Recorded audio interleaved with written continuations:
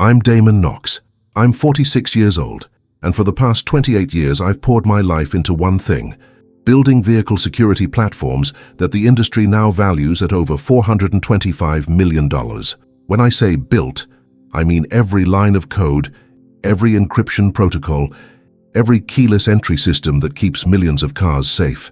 I wasn't just a cog in the machine, I was the architect, the guardian of intellectual property that gave my company its edge in a fiercely competitive market. This wasn't some fleeting project or a side gig. It was my career, my passion, my legacy, and for nearly 3 decades it propelled me forward, earning me respect, promotions, and the trust of brilliant engineers and demanding clients alike. That's why the moment Ethan Caldwell, the CEO's son, fired me, it landed like a sucker punch. It was 94 hours before the $182,000 bonus I was due, the bonus that would have triggered an automatic transfer of critical intellectual property rights to me. This wasn't just about money. It was the culmination of everything I'd invested in this work, the legal confirmation that I owned what I created. But Ethan, leveraging his temporary position as interim VP, swooped in and terminated me abruptly, cutting off my access and trying to erase years of effort in an instant. I remember the exact moment. He called me into the office. No warning, no conversation, just a curt statement. "Damon, you're terminated, effective immediately." His tone was cold, almost dismissive, as if my nearly 3 decades of contributions meant nothing next to his impulse to save costs or flex power. There was a flicker of something else in his eyes. Arrogance, maybe even satisfaction at catching me off guard. But I said nothing more than, "Understood, effective immediately." On the surface, my response was calm, almost indifferent, but inside, my mind raced. I wasn't shocked because I knew exactly what this meant. Ethan was trying to pull a fast one, cut me loose before my bonus vested, before the intellectual property rights transferred to me, before I could secure what was legally and ethically mine. It was a reckless move, fueled by nepotism and impatience, but it was also a glaring miscalculation, one that underestimated how meticulously I had documented everything and how deeply embedded I was in the company's systems. As I walked out of that room, feeling the weight of betrayal but keeping my composure intact, I silently began charting my next moves. Every detail mattered, from my employment contract to system access logs, from bonus vesting schedules to the proprietary software only I could operate. I didn't need to react with anger or desperation. What I needed was strategy, precision, and patience, because I knew that this wasn't just about a paycheck or a title. It was about the future of a $425 million valuation, a merger on the line, and the intellectual property that was my life's work. The irony wasn't lost on me. The very platforms I'd designed to protect vehicles and secure their digital keys were now the battleground for a much bigger fight, defending my professional integrity and my rightful ownership. I felt a strange calm wash over me, despite the chaos this firing would unleash. Years of experience had taught me that moments like these don't call for rash decisions. They demand clear thinking and a steady hand. So, as I stepped out of that office, my mind was already running through contingencies. I knew the company couldn't function without my expertise. The systems depended on my unique credentials. I knew the bonus clause in my contract was ironclad, and I knew Ethan's move, impulsive and short-sighted, could trigger a cascade of consequences he hadn't even imagined.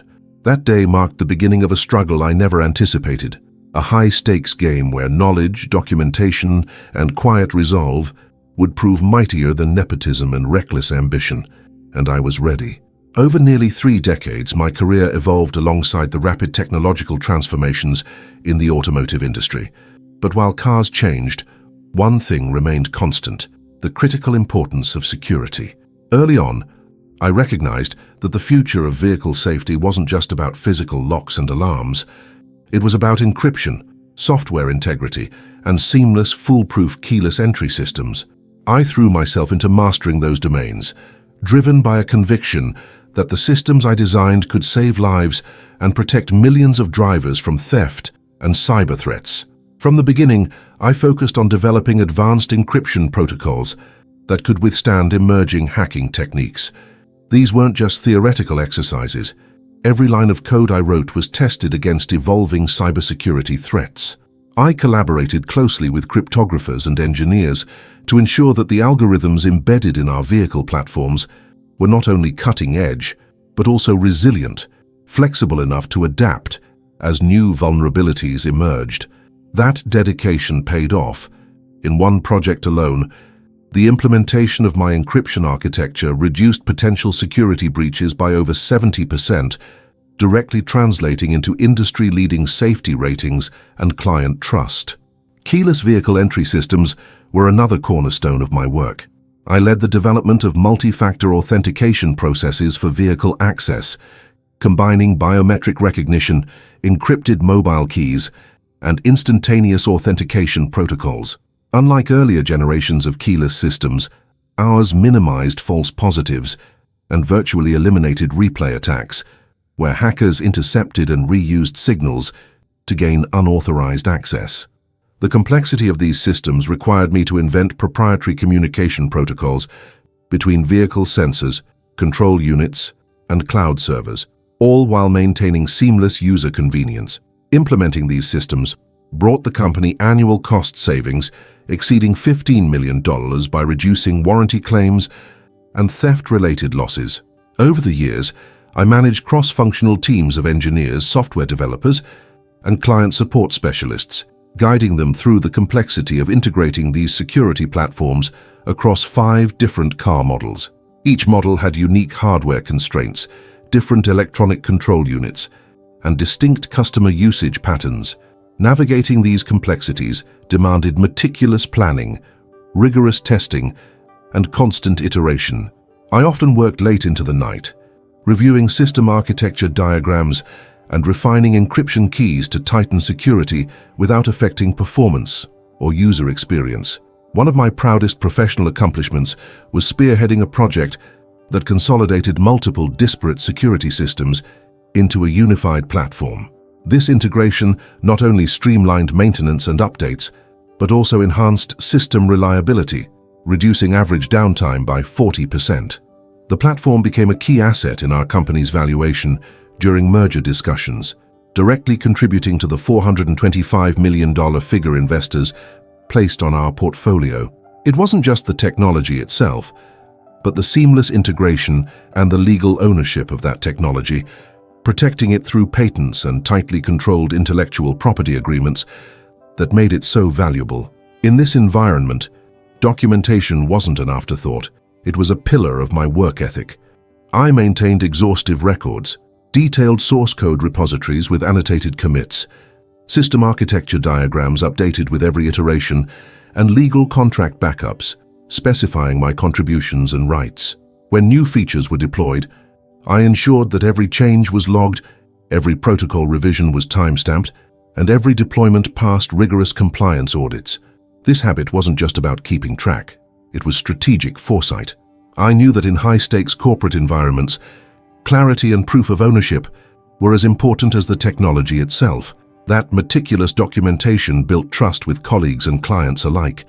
Engineers trusted that the platform was stable, clients trusted its security claims, and executives trusted that the intellectual property was safeguarded against infringement. Over the years, I earned 5 promotions, not because I sought them, but because my work consistently delivered measurable results and protected the company's most valuable assets. I was often the go-to liaison during negotiations and due diligence meetings, asked to present technical summaries that bridged the gap between engineering and legal teams. Behind the scenes, I also developed close working relationships with stakeholders across the company, product managers, legal counsel, and external regulators. These connections weren't just professional formalities.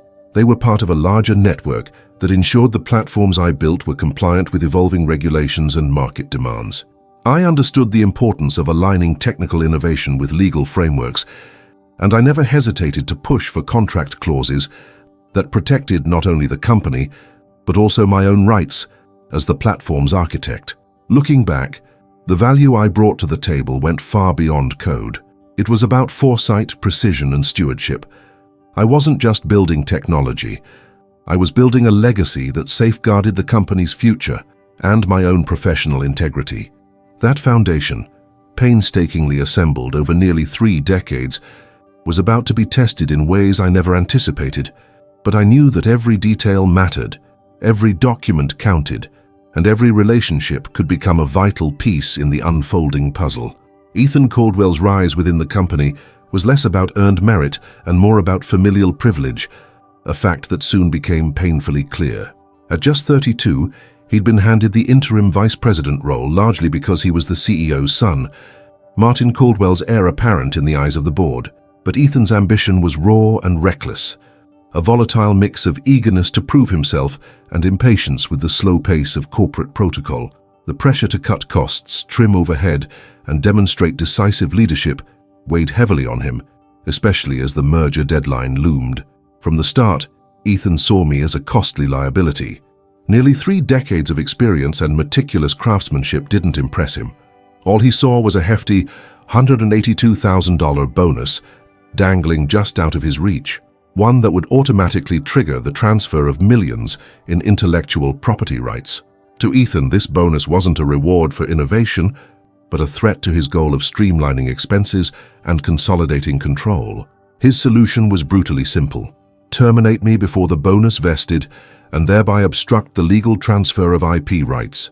Replace me with a cheaper contractor who could do the bare minimum and shave the expected payout right off the company's ledger. What Ethan failed to grasp, tragically and dangerously, was the complexity and nuance embedded in my contract and the proprietary systems I controlled. My bonus wasn't just a paycheck. It was a carefully negotiated vesting instrument that legally tied my continued employment through the merger's closing date to the automatic transfer of patents, source code, and licensing rights into my personal ownership. This wasn't a loose arrangement. It was ironclad, drafted with the help of seasoned legal counsel and supported by exhaustive documentation. Ethan, in his haste, overlooked these critical contractual safeguards. Or worse, he underestimated their enforceability, convinced that his position and influence could sweep aside inconvenient details. Beyond the contract, my role was deeply entwined with the technical heartbeat of the company's vehicle security platforms. I wasn't just a coder or a project manager. I was the sole custodian of encrypted development environments, system access credentials, and proprietary control protocols, elements that no other employee, contractor, or executive fully understood. The vehicle systems depended on my credentials to function, and any attempt to bypass this system without me risked triggering operational failures and exposing the company to regulatory scrutiny. Ethan either didn't know or didn't care about this fragile technical dependency, which would soon become a critical leverage point in the unfolding conflict. Ethan's decision was also shaped by his father, Martin Caldwell, the CEO, who largely trusted his son's judgment without scrutinizing the firing. Martin was consumed with high-level merger negotiations and broader corporate strategy, assuming his son's actions aligned with company interests. This blind trust created a dangerous gap in oversight, allowing Ethan's impulsive cost-cutting to proceed unchecked. There was no second opinion, no legal review of the termination timing, and little awareness of the contractual consequences. That disconnect between Martin's leadership and Ethan's execution created a fault line that widened with every passing hour. Anticipating the fallout, I immediately reached out to Robert Hayes, my longtime employment lawyer. Robert had been advising me for years, guiding me through contract negotiations, intellectual property rights, and compliance issues. He understood the stakes and the technical intricacies. His experience with corporate litigation and regulatory matters made him an invaluable ally. Alongside Robert, I enlisted Mark Foster, a former colleague and trusted systems analyst who had intimate knowledge of our platform's architecture and security protocols. Mark's insight into system dependencies and access controls would be critical in assessing the technical ramifications of my termination and formulating a strategic response. Together, this legal-technical alliance began dissecting the situation with precision. We recognized that Ethan's premature firing wasn't just a personnel decision. It was an affront to contractual law, intellectual property rights, and corporate governance. The stakes extended far beyond me personally, jeopardizing a $425 million merger deal hinged on the secure transfer of the platforms I had built. This wasn't merely about denied bonuses. It was a potential unraveling of years of painstaking work, innovation, and strategic positioning. While Ethan may have viewed me as disposable, I knew better. His short-sighted move was a calculated risk, driven by ego and cost-cutting zeal, but it was also a reckless gamble blind to the structural protections embedded in my contract and technical controls. I wasn't just an employee with a paycheck. I was the linchpin holding together the company's proprietary technology and the legal frameworks protecting it. Ethan's miscalculation had set a trap for himself, a trap I was prepared to navigate methodically, armed with evidence, expertise, and a network of trusted professionals. As I processed the betrayal, I didn't allow frustration or anger to cloud my judgment. Instead, I compartmentalized the situation, focusing on facts over feelings. The premature firing was a move that could trigger legal challenges, regulatory inquiries, and operational disruptions. But it also unveiled an opportunity to assert my rights and hold the company accountable for contractual breaches.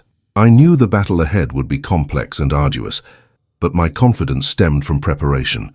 Decades of documentation, a secure archive of contracts, and an intimate understanding of the technology that underpinned the company's valuation. In that moment, it became clear to me that Ethan's actions, driven by short-term gain and unchecked privilege, had underestimated the resilience of well-founded professional and legal safeguards. The very systems he sought to circumvent, contractual vesting schedules, IP ownership clauses, and exclusive system credentials, were not just bureaucratic formalities. They were strategic instruments designed to protect innovation and ensure fairness in corporate transitions. His reckless move was not only a personal affront, but a corporate liability with far-reaching consequences. With Robert and Mark on standby, I began outlining an approach that would leverage every documented contract clause, every system access log, and every email trace. The goal was clear: expose Ethan's breach, secure my rightful IP ownership, and protect the integrity of the company's merger. But more than that, it was about asserting that professionalism, expertise, and legal rigor could withstand nepotism and impulsive management. The stage was set for a confrontation far larger than my termination, a showdown between calculated expertise and privileged recklessness. Sitting at my desk that morning, I laid out the termination notice beside my original employment contract and bonus agreement. Each document was familiar territory, yet under the harsh fluorescent lights, they suddenly felt like weapons in a legal battle I hadn't asked for, but one I was determined to win. My eyes scanned line after line, clause after clause, searching for the exact language Ethan had recklessly trampled. The bonus vesting clause was unmistakably clear. It stated that the $182,000 payout was contingent on my continued employment through the official merger closing date. Termination before that point, regardless of cause, would forfeit not only the bonus but also the automatic transfer of intellectual property rights tied to my platforms. This wasn't some vague condition or loophole.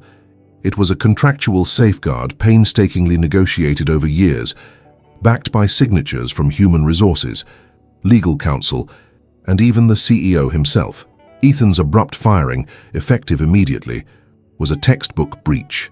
By cutting me loose 94 hours before the bonus's vesting deadline, he attempted to weaponize timing against the contract. But he had overlooked the clear, unambiguous language protecting those rights.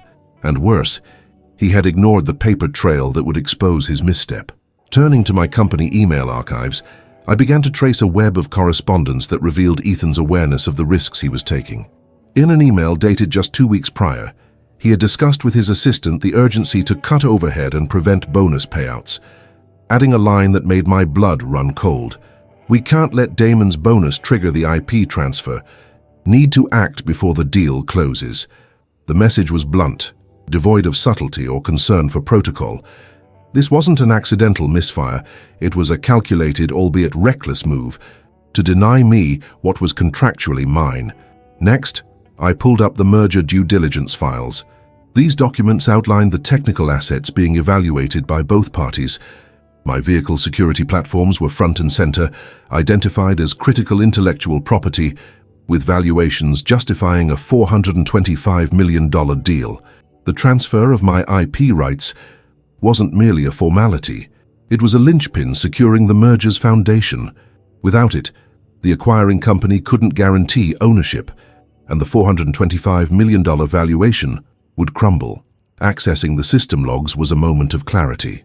I scrutinized the authentication trails and discovered that my credentials were the sole authorized keys for certain encryption modules and proprietary development environments. No one else had the full access needed to operate or update these systems without triggering security alerts or operational failures. The systems couldn't run independently of my credentials, a technical bottleneck that gave me far more leverage than any employment contract alone. All this evidence painted a precise picture. Ethan's decision was not only a legal violation, but a technical gamble with catastrophic potential. By firing me prematurely, he jeopardized the IP transfer, a breach of contract that could invalidate the merger agreement and crippled the company's ability to maintain critical security systems. The ramifications extended beyond personal loss. This was a corporate disaster in the making. Throughout this assessment, I forced myself to remain clinical. The betrayal stung, but I compartmentalized that pain, focusing instead on the facts and the path forward. I drafted a comprehensive list of leverage points: the violated bonus vesting clause, the documented emails confirming Ethan's intent, the system's unique dependency on my credentials, and the merger's reliance on the intact IP transfer. Each element was a pillar supporting the case I was about to build. I also noted the contractual nuances that played in my favor. The non-compete clause in my employment agreement, intended to restrict my post-employment activities, was rendered unenforceable if the company violated the bonus vesting terms. This meant that if they breached the contract by firing me prematurely, they lost the right to enforce restrictions that might otherwise have silenced me or limited my career options. As I sifted through these details, I felt a growing sense of clarity and control. Ethan's impulsive move had set a chain reaction in motion, but it was one I was ready to navigate. The documents, logs, and emails were all pieces of a puzzle that, when assembled, would expose the full extent of the breach. I closed the folder on the termination letter and bonus agreement and began drafting an internal memo, not for the company, but for myself, a strategic brief summarizing my findings and outlining the next steps. This was no longer just about reclaiming a bonus.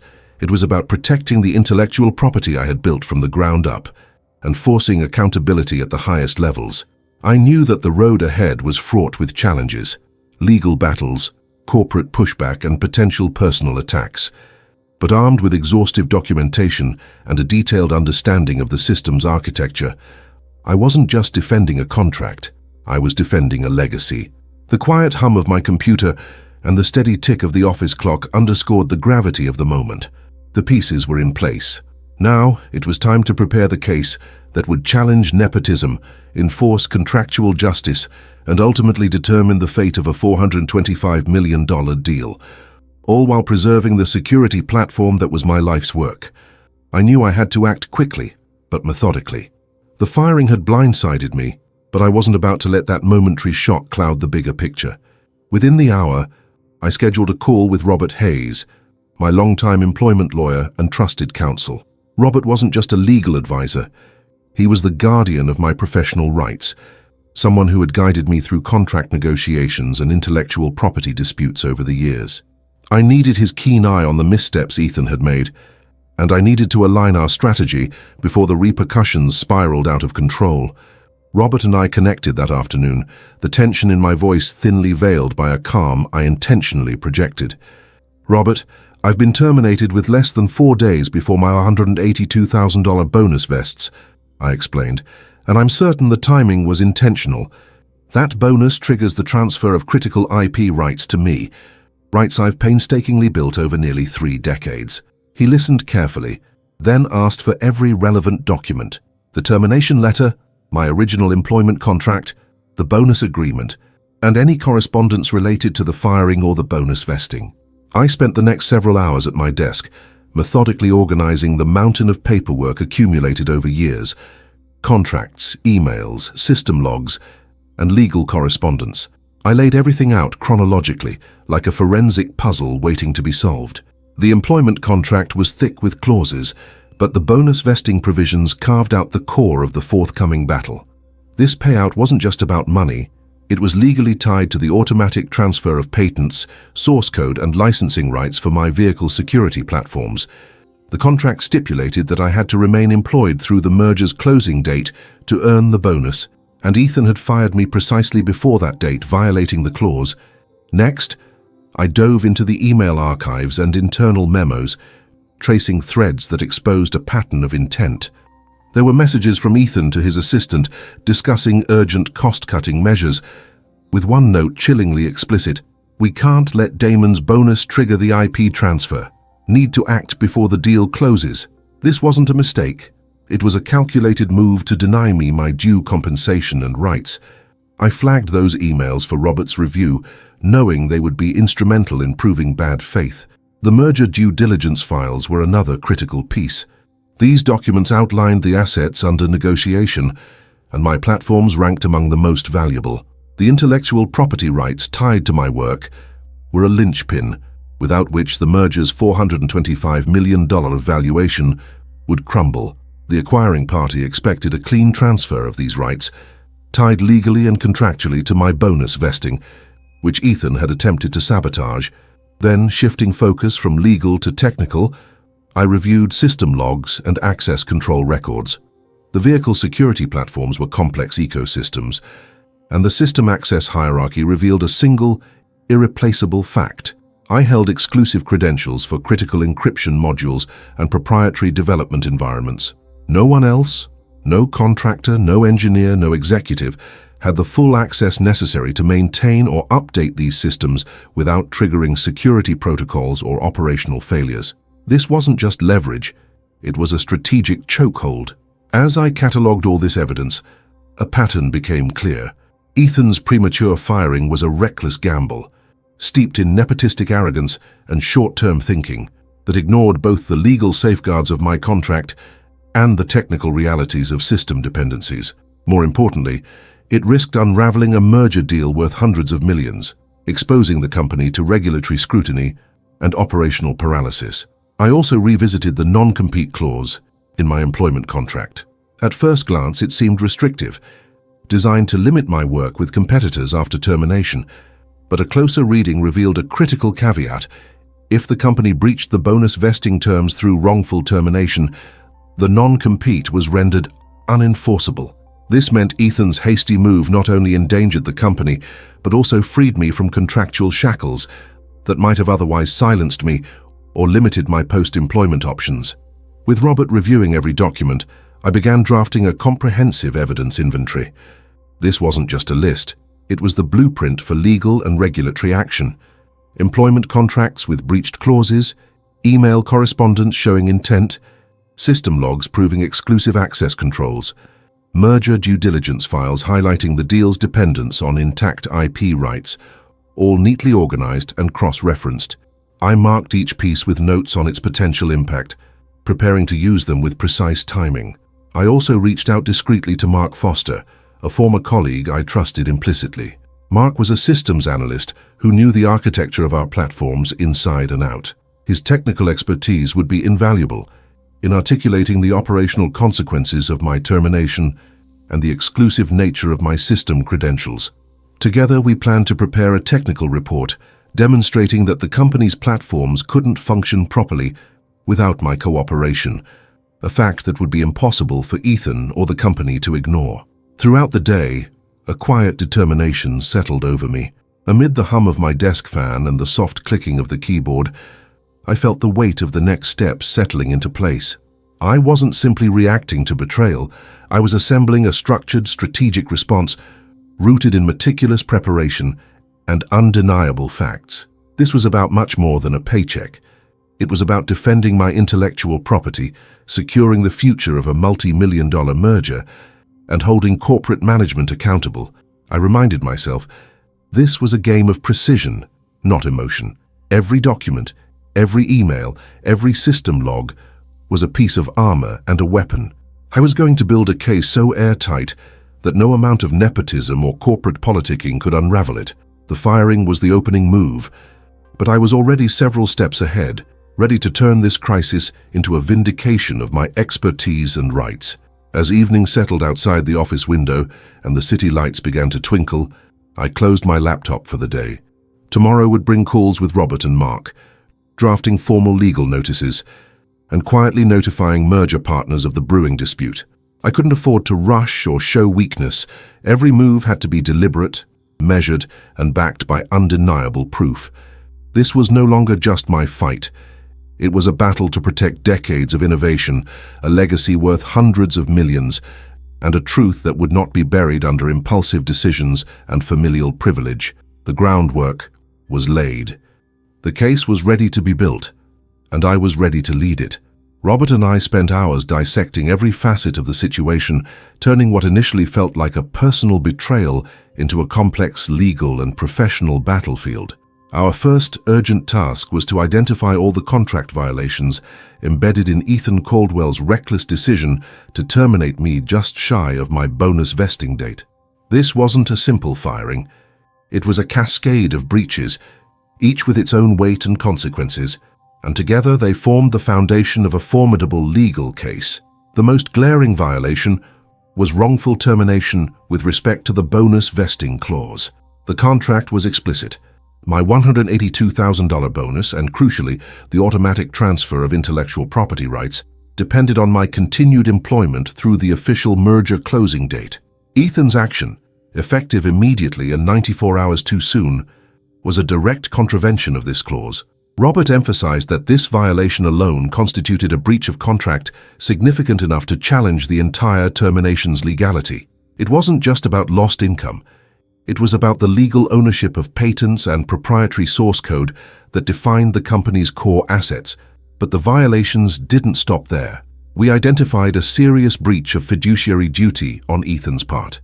As interim VP, even though his appointment was temporary and controversial, he was legally bound to act in the company's best interests and honor contractual obligations.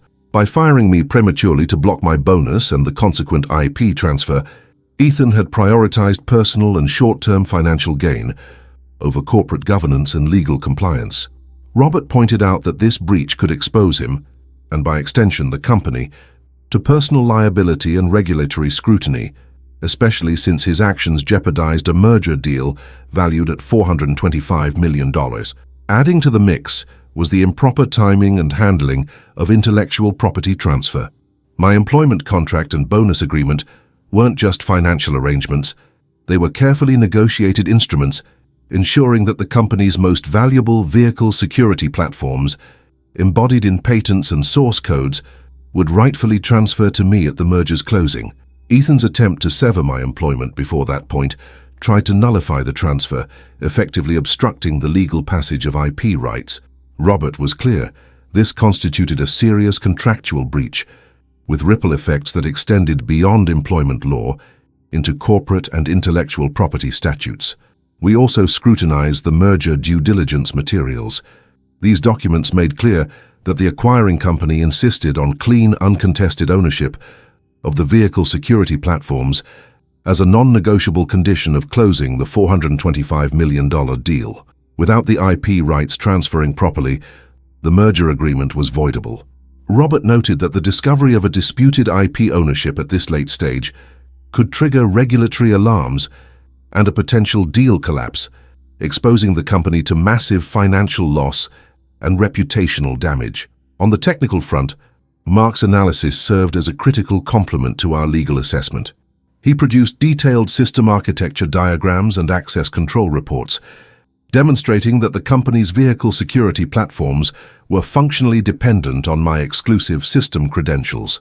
Without my authorized access, critical encryption modules, development environments, and proprietary communication protocols couldn't be maintained or even operated effectively. This technical chokehold meant that Ethan's firing me prematurely wasn't just a personnel decision.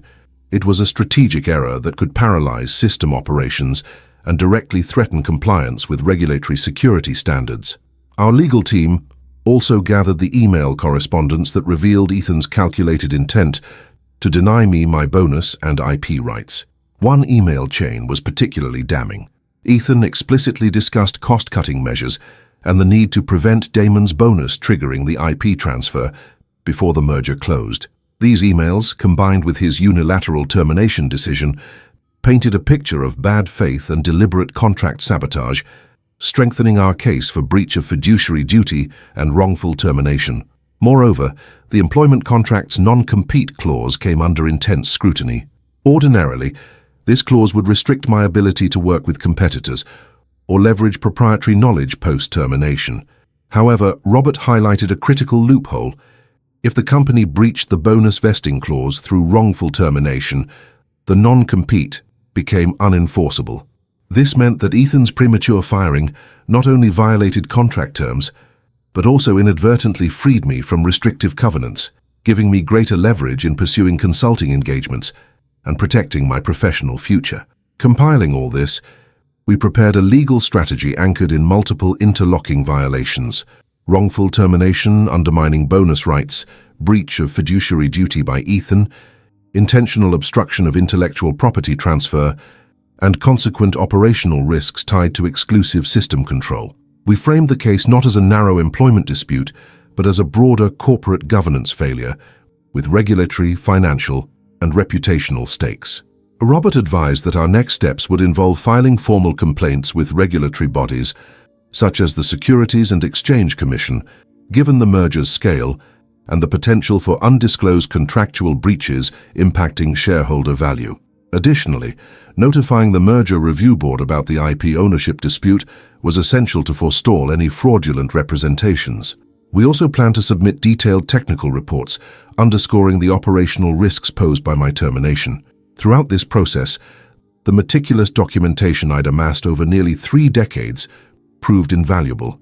Every contract clause, every email, every system log was a building block, a piece of evidence that transformed Ethan's impulsive firing from an act of nepotistic arrogance into a legally untenable maneuver. The synergy between legal argument and technical proof made our case robust, one that the company, merger partners, and regulators wouldn't be able to ignore or dismiss. As the hours passed, I felt a steady confidence grow. The betrayal that initially threatened to unravel my career now fueled a methodical dismantling of an ill-conceived corporate gambit. We weren't just defending my rights, we were holding a corporate actor accountable for reckless disregard of the law and the very systems that supported a $425 million deal. The legal and technical case was now fully formed, precise, and unassailable. The next phase would test the company's response and Ethan's resolve. But for the first time since that abrupt firing, I felt the scales tipping, and the possibility that justice, grounded in contract law and operational reality, would prevail. The moment we finalized our legal strategy, I knew the next step was to make our position crystal clear to the company and the Merger Council. Robert prepared the formal legal notices, painstakingly detailed documents demanding either my immediate reinstatement or the full payment of my $182,000 bonus, along with the transfer of the associated intellectual property rights.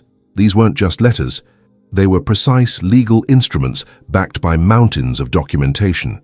Each clause cited, each violation pointed out with unwavering clarity. The goal was unambiguous. The company had breached the contract, and I expected remedy without delay. Sending those notices was a calculated move. I ensured they went to the highest relevant executives, the General Counsel, the merger attorneys overseeing due diligence, and the company's board members entrusted with governance oversight. This wasn't a quiet internal dispute anymore. The notices explicitly warned that failure to comply would force me to escalate the matter through regulatory channels and litigation. The potential fallout wasn't lost on them. The merger's $425 million valuation was hanging in the balance, and I had just signaled that the proprietary platform at its core was legally and operationally in dispute. But legal pressure alone wouldn't suffice.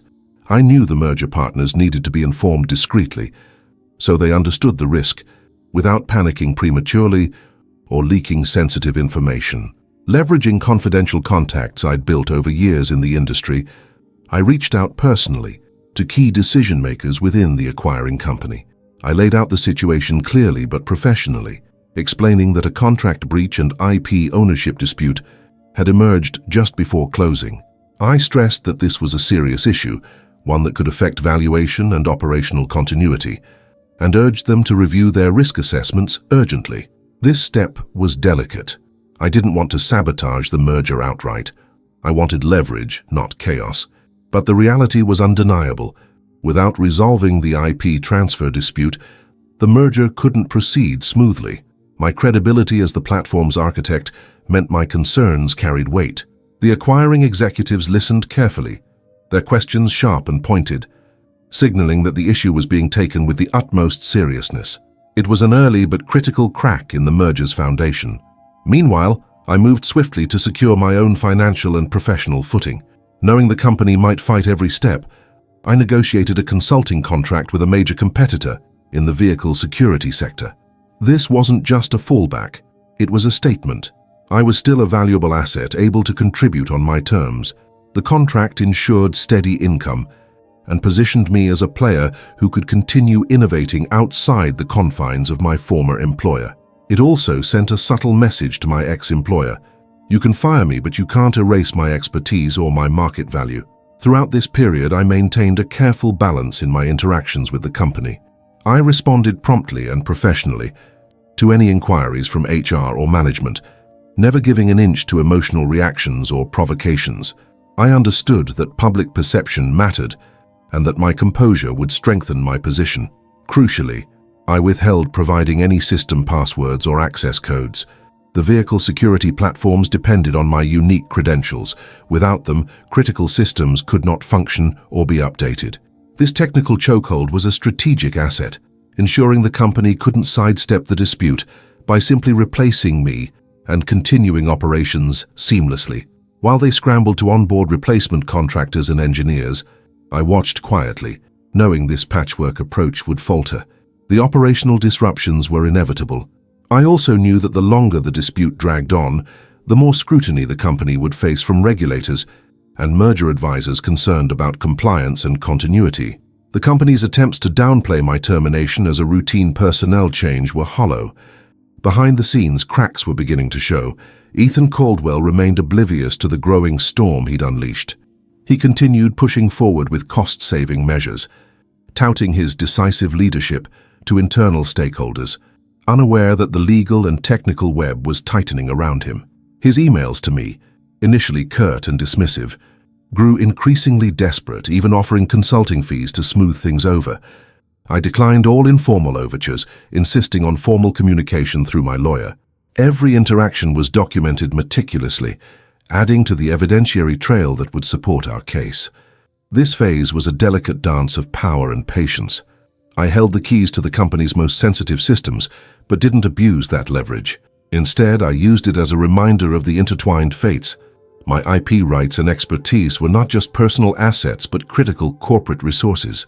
The company's ability to operate, especially in the context of a high-profile merger, was dependent on resolving this dispute on my terms. As the hours ticked by, I felt an almost surreal calm. The betrayal that had struck me so suddenly was now being met with a measured, strategic response. I was no longer the employee who had been blindsided. I was the architect of a process that would force accountability and ultimately protect the value of the intellectual property I'd built. The stakes were immense, the risks real, and the path complex, but every move was deliberate, every detail accounted for. And while the company scrambled, I was preparing the ground for the next phase, letting the legal and regulatory mechanisms begin to apply pressure, watching as the carefully constructed merger began to show its first real vulnerabilities.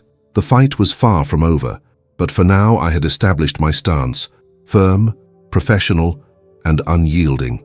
Within days, the consequences of Ethan's impulsive decision began to surface in ways no one had anticipated. The company's attempt to maintain operations without me was unraveling rapidly. From the outside, it might have seemed like a routine personnel change, but beneath the surface, a complex web of technical dependencies was starting to snap. Replacement contractors, hand-picked for their lower cost and availability, were parachuted in to fill the void.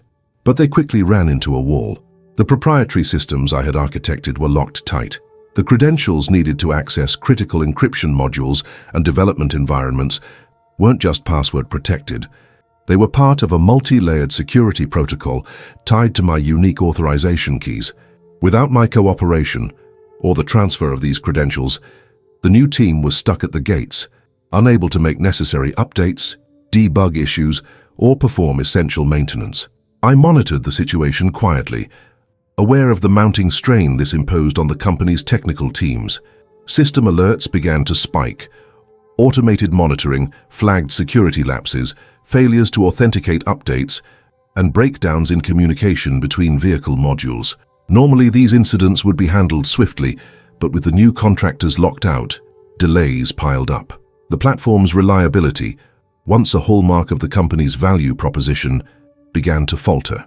Simultaneously, word started to spread among merger partners. I had discreetly informed key executives involved in the acquisition about the emerging IP dispute, framing it in professional, factual terms. Their initial reactions were guarded concern. The merger was predicated on a clean, uncontested transfer of intellectual property, and this dispute suddenly introduced a cloud of uncertainty. Questions surfaced. Could the company guarantee uninterrupted platform support? Would unresolved IP ownership derail the deal? The $425 million valuation, already a significant gamble, now risked being undermined by legal and operational instability. Regulatory bodies soon caught wind of irregularities as well. The Securities and Exchange Commission and state-level regulatory agencies initiated preliminary inquiries into the company's disclosures. The firing, the bonus vesting breach, and the IP ownership conflict flagged potential violations of fiduciary duty and shareholder reporting requirements. These investigations, though confidential at this stage, added a layer of pressure that magnified the stakes for everyone involved. Meanwhile, Ethan Caldwell was visibly rattled. His earlier confidence eroded as his attempts to smooth over the situation faltered. His emails shifted tone, from curt dismissals to increasingly urgent appeals. He offered consulting fees, seeking to buy cooperation or at least silence. "Let's find a way to resolve this quietly," one message implored. "We don't want this escalating and jeopardizing the merger." I responded through my lawyer, Robert Hayes, maintaining professionalism and refusing informal negotiations. Every correspondence was documented and logged meticulously, reinforcing our legal stance and preserving a clear paper trail. Robert reminded me that such overtures were often attempts to undercut formal processes and should be met with caution. I agreed. Any settlement or resolution would be negotiated on my terms, with full legal oversight. All the while, I maintained a composed exterior in communications with the company. I answered queries promptly, avoided any emotional reactions, and upheld a professional tone. But beneath this calm, I withheld the system access credentials that were essential to the vehicle security platform's ongoing operation. This wasn't a move to punish or escalate conflict unnecessarily. It was a strategic necessity. Without my cooperation, system functionality was compromised, and the company's hand was forced to confront the breach in contract and its cascading implications. The technical team's frustration grew palpable. Engineers unfamiliar with the proprietary systems encountered dead ends at every turn. Attempts to reverse engineer access or bypass security protocols triggered alarms and compliance flags, raising further concerns about regulatory violations. The company scrambled to patch over these issues, but without the proper credentials, any quick fix was impossible. As this pressure mounted, whispers of the internal turmoil filtered through to industry insiders and stakeholders. Questions about the company's governance and oversight arose. How had a critical asset been so dependent on a single individual? Why had the CEO, Martin Caldwell, not intervened sooner? The failure to anticipate or mitigate this risk reflected poorly on leadership, and the public relations fallout was only beginning. In board meetings and executive huddles, the tone shifted from confidence to crisis management.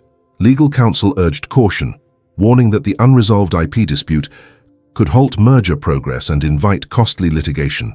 Financial officers warned of potential downgrades in company valuation and stock price volatility. The once clear path to closing a $425 million deal now looked uncertain, tangled in legal complexities and operational fragility. All the while, I observed these developments with a steady determination. The company and its leadership had underestimated the resilience of contractual protections and the operational reality underpinning their prized vehicle security platforms, Ethan's miscalculation was becoming painfully evident, and the growing repercussions served as a clear message. This was not a battle to be taken lightly. Yet, despite the mounting tension, I remained disciplined. This wasn't about revenge or personal vindication. It was about enforcing the terms of a contract, protecting intellectual property, and ensuring that the company respected the legal frameworks governing our industry. Patience and precision were my allies as the pressure began to mount on every front: technical, legal, financial, and regulatory. In this unfolding drama, the first cracks had appeared. System failures, merger partner doubts, regulatory inquiries, and Ethan's faltering communications all signaled that the fallout from the premature firing was far from contained. The stage was set for an intensifying conflict, with consequences rippling through the company's future and the broader industry landscape. And as these pressures converged, the question looming in every boardroom and legal office was the same: how would the company navigate the increasingly perilous rift over intellectual property rights, and who would ultimately emerge in control of the platform that was the cornerstone of a $425 million merger? Simultaneously, our legal team filed a formal lawsuit against the company, citing wrongful termination and breach of contract with unassailable evidence. It wasn't just a matter of me being fired too early. It was a fundamental violation of the bonus vesting clause that anchored the entire intellectual property transfer to my continued employment. The complaint meticulously detailed how Ethan Caldwell's premature decision fractured the legal framework that protected my rights and the company's obligations. Every contract clause, every email confirming his intent, and every system audit log was anchored as exhibits to the filing, transforming what appeared to be a personnel dispute into a significant corporate legal crisis. While the courts prepared to hear our case, the Merger Review Board was notified immediately. This was not a procedural formality, but a critical alert. The $425 million merger hinged on the unquestioned ownership and transfer of the vehicle security platforms I had architected, and this ownership was now in dispute. The board recognized that unresolved IP ownership issues posed a material risk to the merger's integrity, forcing them to pause proceedings until the matter was clarified. It was a decisive move that sent shockwaves through the company's leadership and the acquiring parties alike. Internally, the company scrambled to come to terms with the escalating fallout. The merger partners, formerly confident in the transaction, now demanded detailed risk assessments and legal opinions on the IP dispute. Their due diligence teams initiated their own inquiries, scrutinizing the legal filings and evaluating operational dependencies. Questions multiplied. Could the company guarantee access to the security platforms without me? Would unresolved ownership invite regulatory scrutiny or invalidate warranties? The uncertainty cast a pall over what had been a smooth negotiation, injecting doubt into the deal's viability. As the legal and regulatory pressures mounted, the company's stock took an immediate hit, dropping nearly 7% in a single trading session. Investors reacted swiftly to the news of the lawsuit and merger suspension. Analysts speculated on the potential costs of litigation, regulatory fines, and the possibility that intellectual property disputes could permanently derail the deal. The market volatility amplified internal tensions as executives faced scrutiny from shareholders demanding transparency and accountability. Ethan Caldwell, once cocky and assured, now shifted from defiance to desperation. His initial dismissive emails gave way to urgent, almost pleading messages directed through his lawyers, attempting to open informal negotiations. Offers of consulting contracts and partial settlements were floated, efforts to contain the damage before it spiraled further. But I declined all such overtures, insisting on formal legal channels and full compliance with contractual obligations. Each response was drafted carefully by Robert and me, reinforcing our position and building a paper trail that documented every interaction. Throughout this turmoil, I maintained a composed professional front. I responded promptly to company correspondences and inquiries, but never waived my legal position or disclosed system credentials. The platforms could not operate without my authorization, and withholding access was a strategic necessity, not an act of spite, but a protective measure to ensure the company took the breach seriously. This calculated restraint underscored the gravity of the situation and kept leverage firmly in my hands. The mounting pressure visibly frayed Ethan's resolve. His attempts to sidestep the legal process by back-channel negotiations only underscored his misunderstanding of the strength and complexity of our case. Meanwhile, the board and senior executives began to distance themselves from his reckless gambit, recognizing the enormous risks he had introduced. Rumors circulated of internal investigations and discussions about removing him from his interim role, even as the company sought legal counsel to mitigate exposure. The Merger Review Board's suspension of proceedings forced the company into damage control mode. Internal meetings grew more frequent and fraught with tension. Legal teams grappled with the implications of breached contracts and regulatory filings. The company's leadership publicly maintained that they were cooperating fully with regulators and were confident of resolving the dispute, but behind closed doors, the mood was grim. The consequences of underestimating a single employee's contractual protections had exploded into a full-scale corporate crisis. For me, this phase was a validation of years of meticulous preparation and professional rigor. The lawsuit and merger suspension weren't just victories on paper, they were tangible shifts in the power dynamics at play. A wrongful firing disguised as a cost-cutting measure had triggered a domino effect, dismantling a $425 million deal and exposing fundamental governance failures. Yet through it all, I stayed focused on the facts and the law, steering clear of emotional entanglements. This was not the endgame, but a pivotal turning point. The company was now forced to confront the consequences of Ethan's reckless decision, and the legal process was unfolding with clear momentum.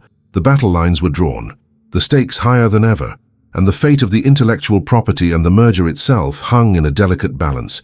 Ethan Caldwell's removal from his interim VP role was swift and to some extent inevitable. Once the full scope of his reckless missteps became undeniable, the company's board had no choice but to act decisively to contain the damage. I heard through well-placed contacts that internal investigations were launched immediately, focusing on Ethan's breach of fiduciary duties, his willful disregard of contractual obligations, and the broader governance lapses his actions exposed. The board's tone shifted quickly from cautious optimism about the merger to urgent crisis management, as the fallout from Ethan's impulsive firing rippled through every corner of the company. The financial repercussions were staggering. Public disclosures revealed losses exceeding $20 million, a combination of direct costs from the collapsed merger and mounting legal fees. The acquisition deal itself, valued at $425 million, was completely derailed. Investors and partners recoiled at the uncertainty injected by the unresolved intellectual property dispute. The company's stock price plummeted in the wake of these revelations, shaking shareholder confidence and amplifying internal pressure on executive leadership. It was a brutal market correction, a clear signal that the company's valuation could no longer be sustained without a resolution. The revelations also unveiled deeper governance issues beyond Ethan's firing decision. Whistleblowers stepped forward, bringing to light additional lapses under Ethan's temporary tenure: poor oversight of critical contracts, inadequate communication with the legal and compliance teams, and a troubling tendency to bypass established protocols. These disclosures painted a picture of systemic dysfunction at the heart of the company's leadership, underscoring how nepotism and unchecked ambition can erode sound corporate practices. The board was forced into a vigilant posture, initiating sweeping reviews of internal controls and compliance frameworks to restore trust. Martin Caldwell, the CEO and Ethan's father, faced an increasingly precarious situation. Once seen as a pillar of industry leadership, Martin's reputation took a hit as industry publications, and analysts questioned his oversight capabilities. Critics argued that his blind trust in his son's judgment had blinded him to the risks that ultimately crippled the merger and imperiled the company's long-term prospects. The scandal introduced a rare public scrutiny into the family-run company's governance, prompting calls for greater transparency and more rigorous executive accountability. On a more personal level, the repercussions for Ethan extended beyond the boardroom. Industry insiders whispered about mounting personal and financial strains, including divorce filings that coincided suspiciously with the timing of the merger collapse. The reckless gambit appeared to have not only undermined his professional standing, but also fractured his personal life, compounding the fallout of his impulsive decisions. It was a stark reminder that corporate missteps often reverberate far beyond balance sheets and stock prices. Meanwhile, regulatory bodies intensified their scrutiny. The company faced fines totaling $3.2 million for multiple violations, including inadequate disclosure of the contractual breach, failure to properly inform shareholders, and the breach of fiduciary duties linked to the firing. These regulatory penalties added another layer of financial and reputational damage, signaling that the company's lapses were not merely internal miscalculations, but breaches of legal and ethical standards enforced by government agencies. The fines underscored the severity with which authorities viewed the situation, and the company's leadership was compelled to demonstrate concrete remedial actions. Within the company, the atmosphere became palpably tense. Executive teams convened repeatedly, working to chart a path forward amid a maelstrom of litigation, regulatory investigations, and shaken investor confidence. The board accelerated succession planning and governance reforms, determined to prevent a repeat of such a crisis. The episode became a case study in how nepotism and impulsiveness can create vulnerabilities in corporate structures, undermining years of hard-earned innovation and value. Yet from my perspective, these cascading consequences were the inevitable outcome of Ethan's reckless choice to undermine contractual and operational safeguards. By ignoring the legal protections that governed my employment and intellectual property rights, he had triggered a domino effect that ultimately cost the company dearly, in money, reputation, and strategic opportunities. The crisis was a powerful illustration of how a single rash decision, driven by short-term financial motives and unchecked privilege, can unravel a multi-billion-dollar operation. As the company grappled with these consequences, the industry took notice. What began as an internal dispute morphed into a cautionary tale echoed in boardrooms, conferences, and professional forums. Governance experts cited the case as emblematic of the dangers posed by nepotistic leadership and inadequate contractual oversight. The story underscored the critical importance of due diligence, compliance, and respect for intellectual property rights in high-stakes mergers.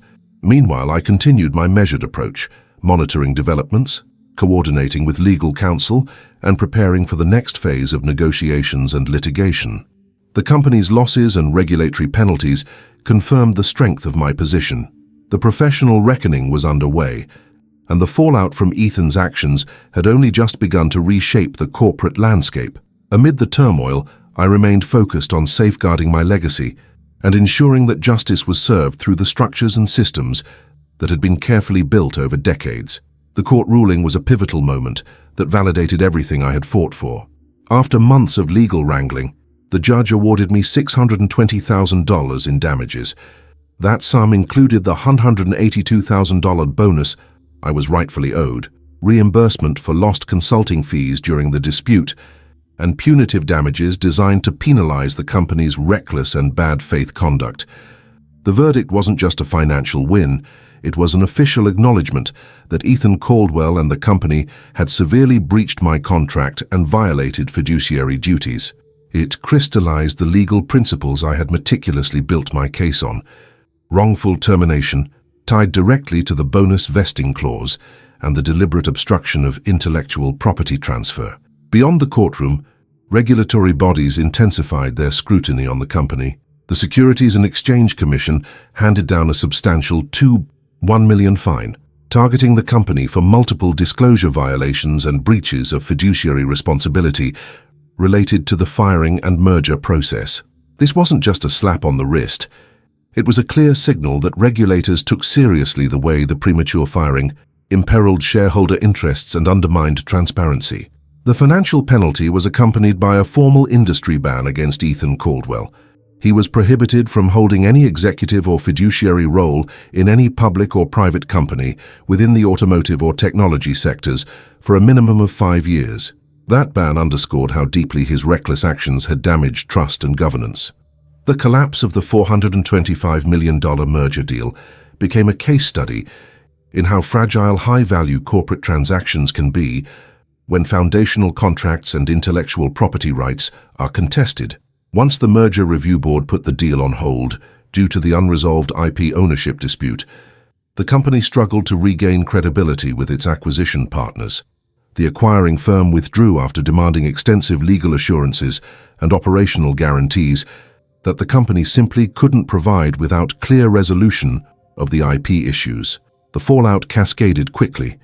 Key clients, wary of the uncertainty, began re-evaluating their contracts and partnerships, sending a ripple effect through the company's revenue streams.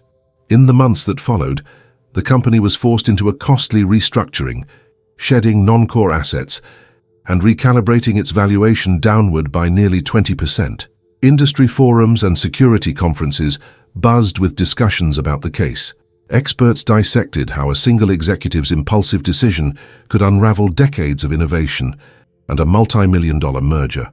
The case became a cautionary tale, emphasizing the critical importance of rigorous corporate governance, contractual clarity, and intellectual property protections in technology-driven mergers.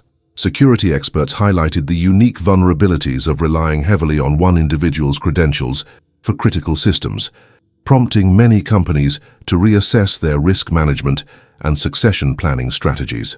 I was invited to speak at several conferences, sharing insights on safeguarding IP and navigating corporate disputes with professionalism and strategic patience. Most importantly, the court's recognition restored my full rights to the intellectual property I had developed over 28 years, a portfolio now valued at $425 million. It was a vindication not only of my technical expertise, but of the principled, methodical approach I took to defend my legacy. The ruling ensured that my innovations remain protected and that any future use or licensing of the platforms would require my explicit consent or compensation. That legal empowerment gave me the confidence to refocus on my professional path, no longer tethered to a company that had once tried to discard me. My professional reputation, once shadowed by the acrimony of wrongful termination, was solidified. Colleagues, clients, and industry leaders now recognized that true competence transcends nepotistic shortcuts and impulsive power plays. The outcome wasn't about personal vindictiveness. It was about upholding the integrity of contract law, intellectual property rights, and corporate governance. I emerged not just as a survivor, but a respected authority whose expertise and diligence had shaped a significant segment of vehicle security technology. The journey taught me invaluable lessons about the value of comprehensive documentation, contractual literacy, and strategic patience. It reinforced a truth I always believed, that systematic justice, anchored in facts, evidence, and lawful process, outperforms emotional reaction or confrontation every time. Though the path was arduous and fraught with setbacks, I remained steady, channeling decades of experience into a well-structured defense that preserved my career and legacy.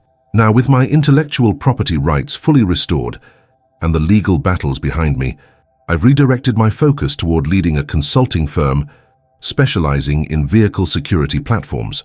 The firm benefits from the equity stakes I hold in several emerging startups, pushing innovation further.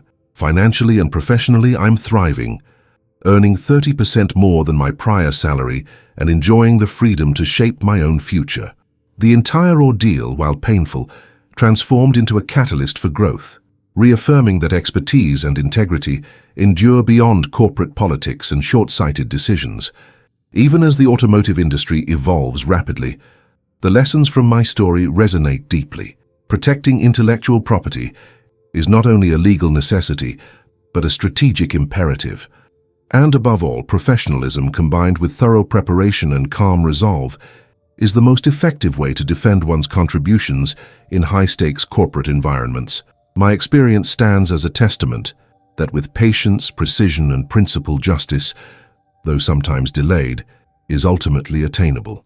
Today, I lead a consulting firm specializing exclusively in vehicle security platforms, a field I've dedicated nearly 3 decades to mastering.